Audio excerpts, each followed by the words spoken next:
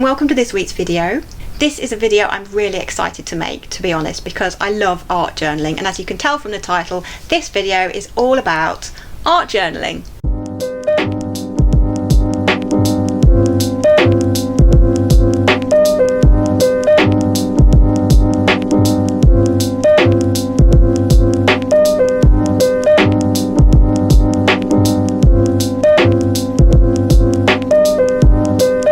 Which is something I'm really passionate about and I do regularly. So I thought I'd make a video about it because I talk about it all the time. If you like the video, don't forget to give it a thumbs up and subscribe because I will be making videos every week.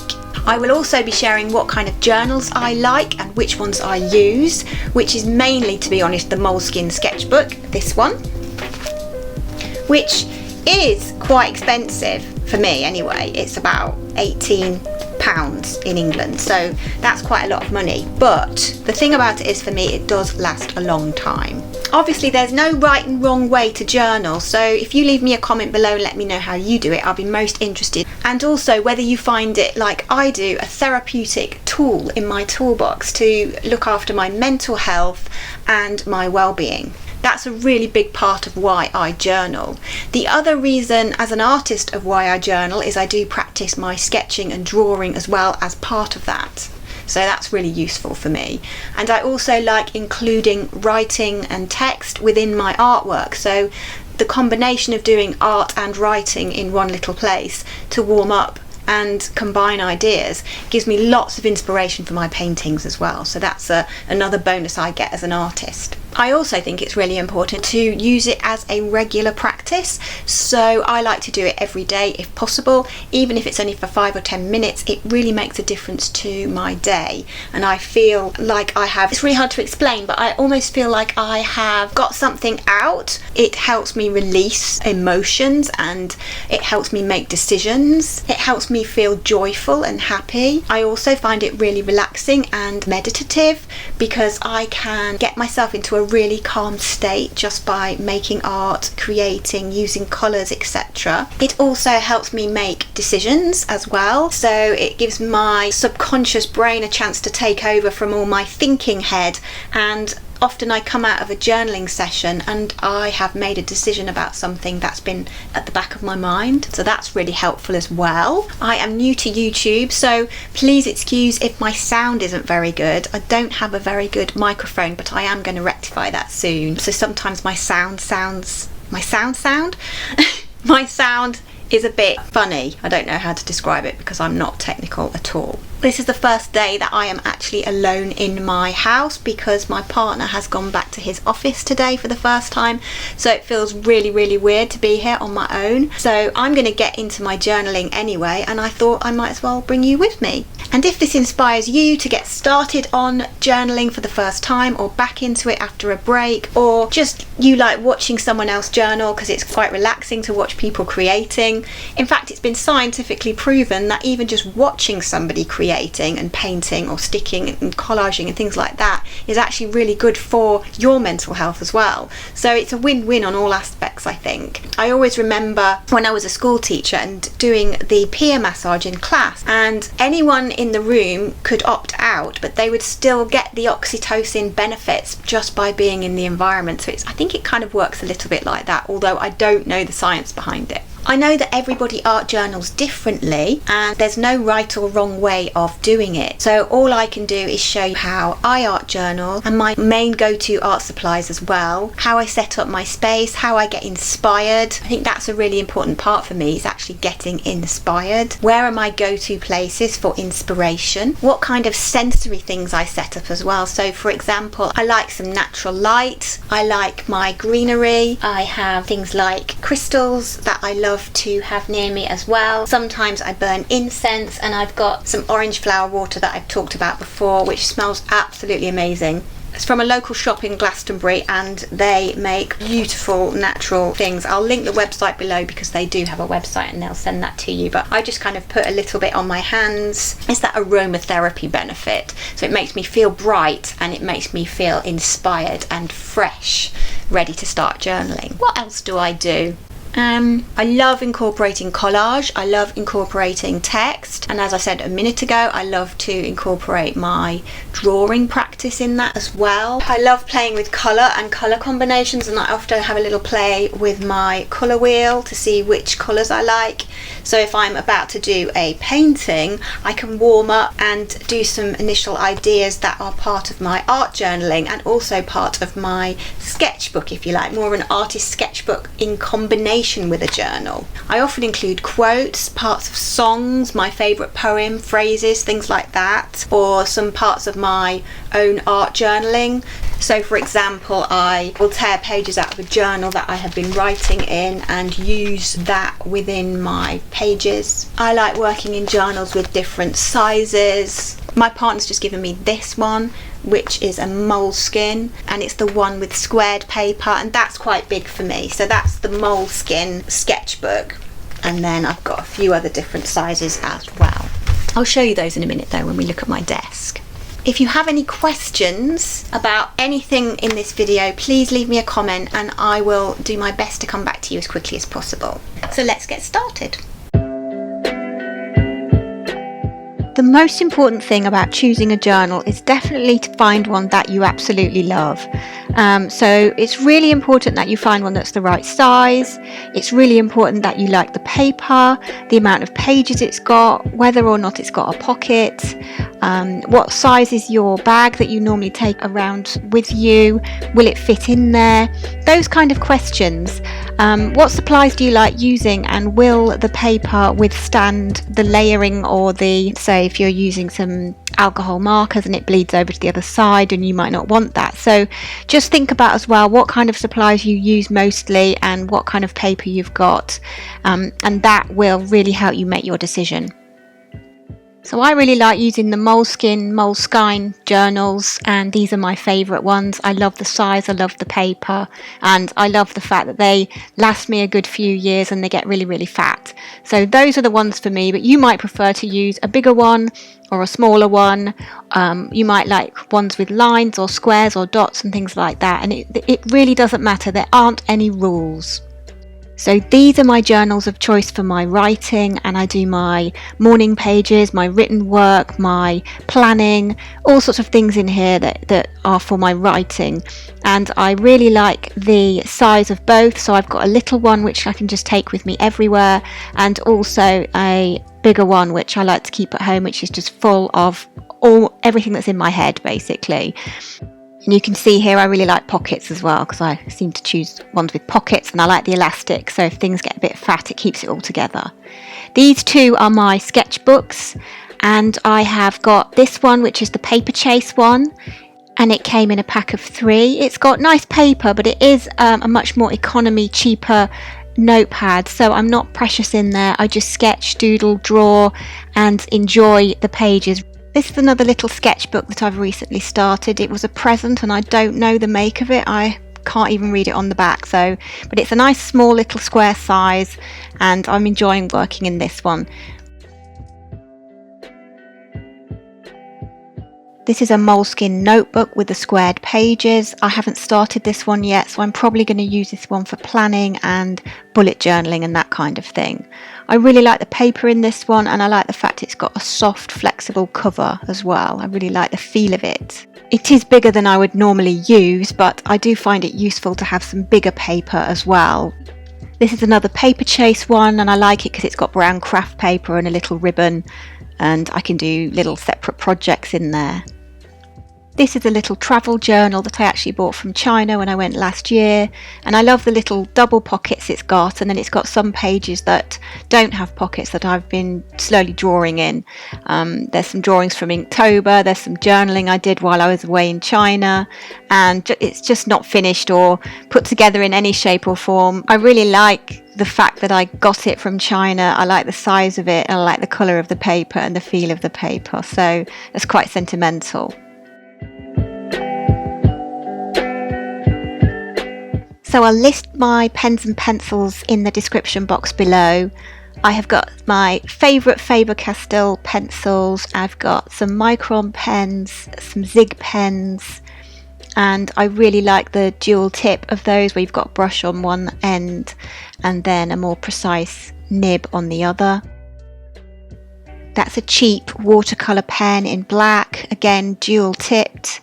Those are some pens I got from China when I went last year. There's my Microns, I think it's a 0.3 and a 0.4. Then I've pulled out a few other things to use today. I love these Inktense pencils, and I've also got some watercolour crayons. That's a Jelly Roll white gel pen, and there's also a tube of white gouache. So I've just picked out a few extra colours in the gouache and some of my Liquitex inks, which I may or may not dip into later on when I make my pages. Washi tape, some miscellaneous items.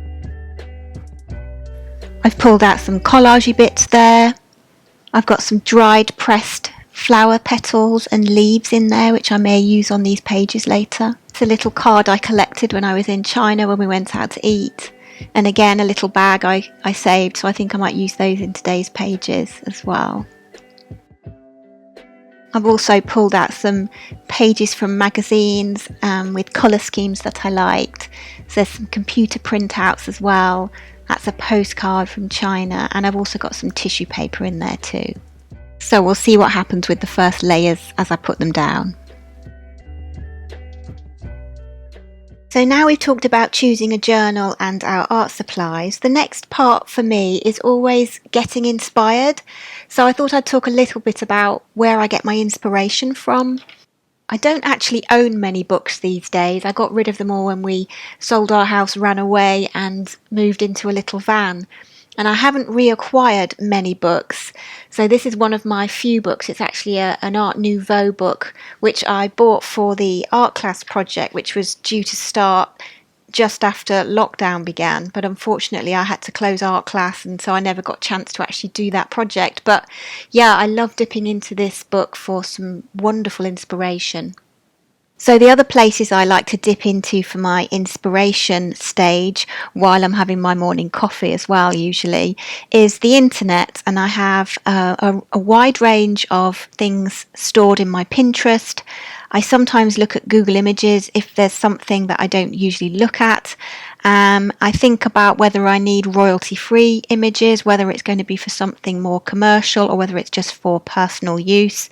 And I use a couple of different sites. There's Pixabay, for example. So I think about always needing to credit the artist and things like that when you are using other people's images.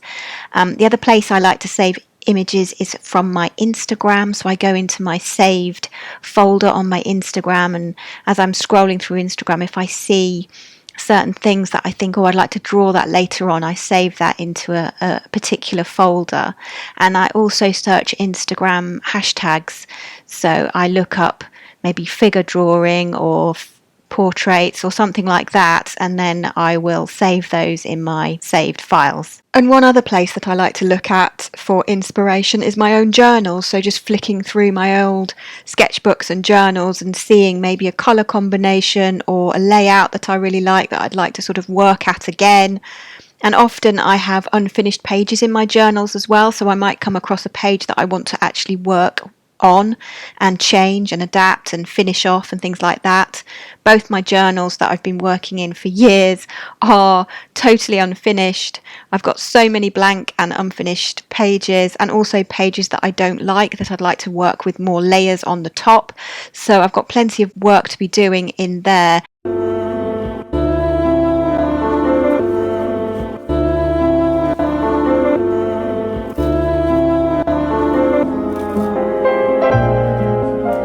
So once I feel fully inspired and ready to begin, I start laying out my first layers. And for these pages that I'm going to be working on today, I've decided to do some collage layers first. And I've already picked those out with the colour choices that I wanted, that I did earlier when I showed you my art supplies. So I'd just like to say a few other things about my journaling process and the fact that it activates my right brain. So when you're creating, that's much more a right-brained activity, and so it gives you access to the subconscious mind. You may have unexpected outcomes from making your pages, and sometimes it may reveal things that surprise you. This is not about the final result. This is all about the process of making and the benefits of self-discovery you can receive. Journaling has many health benefits too. It has been proven to reduce stress and even improve the immune system. So it's been perfect for me to really get into my journaling over the lockdown. It also helps memory, and it brings joy and boosts your mood, and it helps you process and release emotions. It's also a form of meditation and mindfulness, an important part of self-care, self-discovery and self-improvement. Just like my pages, I am also a work in progress, and through my journaling process, I often learn things about myself, and it helps me to know myself better. I can reflect on my mistakes, and once I know better, I can do better. I also like to incorporate writing and text within my journal pages. It may seem like a really simple thing to paste down some tissue paper and then write over it, but the actual action of doing that, if you try it, it makes you feel so good because you've created something completely new. And if I don't know what to write, I might just do a couple of lines of gratitude journaling, which is a fantastic way of raising your mood and lifting a depression. I also love to include my favourite quotes and write out affirmations and intentions in my journals as well. And all the time I'm growing as a person. My art is also improving too. As I'm trialling and experimenting, this feeds into my paintings, making them much more rich and meaningful. And just 3 more things that I'd like to include in this video about art journaling. Number 1, most importantly, don't put pressure on yourself. What if you miss a day when you've promised yourself you're going to art journal every day? What if you don't like your pages? None of that's important. This is a free, safe little space for you to make terrible art if that's the case. It doesn't matter. You can always cover it over with layers later on. Secondly, try to do it regularly. Try to have a little routine that you do and that you dip into, not necessarily every day, but that you come to your journal quite regularly, because the more you do it, the more benefits you're going to see. And the third and final rule is there are no rules. This is your journal, your private, secret, sacred space, and you can do whatever you want in it. I often write a declaration at the beginning of starting a new journal where I just put, this is my safe space. I give myself permission to make really crap art. I give myself permission to write down whatever I want. And it's often really, really helpful to do that little declaration in the front. So maybe you could try that. I've just found the declaration actually that I've put in this journal. So I'll read it to you. I've put, I give myself absolute permission to express myself in this journal in the ways I choose to. I declare this a safe place for me to create. No judgment, no expectations.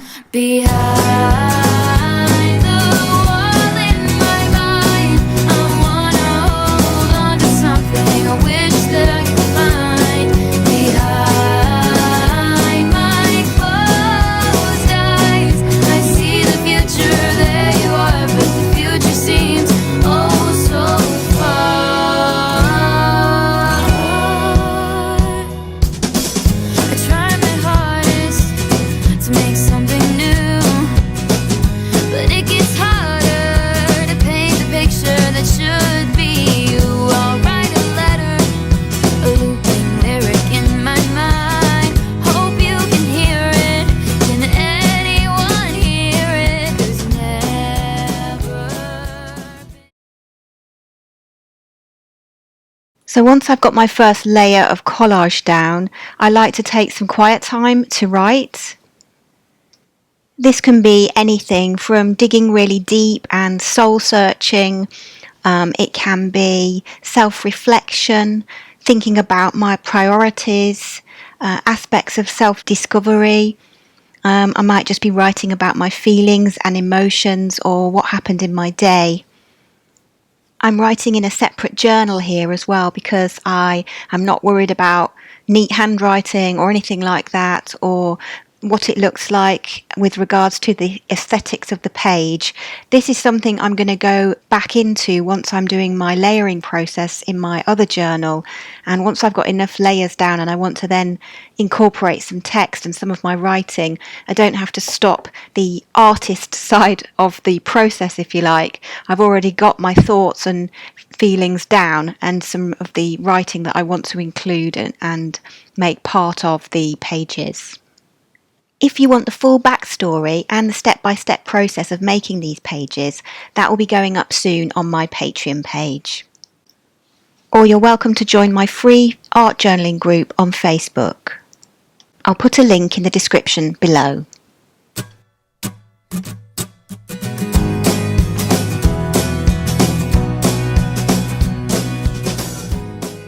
Leave me a message down below if you have any comments or questions about this video or anything else I've talked about. Let me know if there's any videos that you would like me to make, and if you want to see more content from me, you can follow me on Instagram. I'll leave all my details in the description box below. So thanks so much for watching. I hope you enjoyed this video, and I'll see you in the next one.